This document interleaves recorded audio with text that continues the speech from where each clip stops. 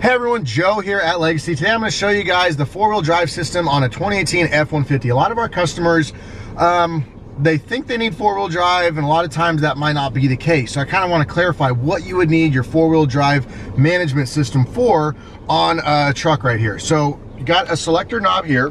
You got two high, 4A, H, L, and then this little symbol would be for a locking rear differential. I'll get into that in a moment.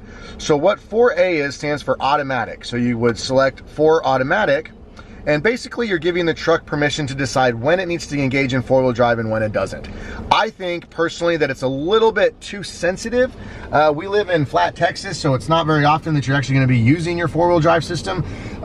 You know, a lot of times if you take a turn too fast or something, it might engage. And as you know, four-wheel drive is a little bit less forgiving on your gas mileage, so you really only want to use it when you need it.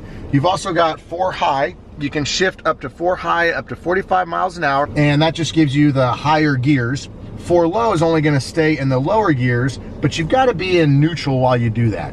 They've made this pretty much dummy proof now. So let's say you're driving down the highway and you have a itch that you just want to flip your switch, and if it's in the wrong conditions, the transmission won't do anything. It's like kind of foolproof now.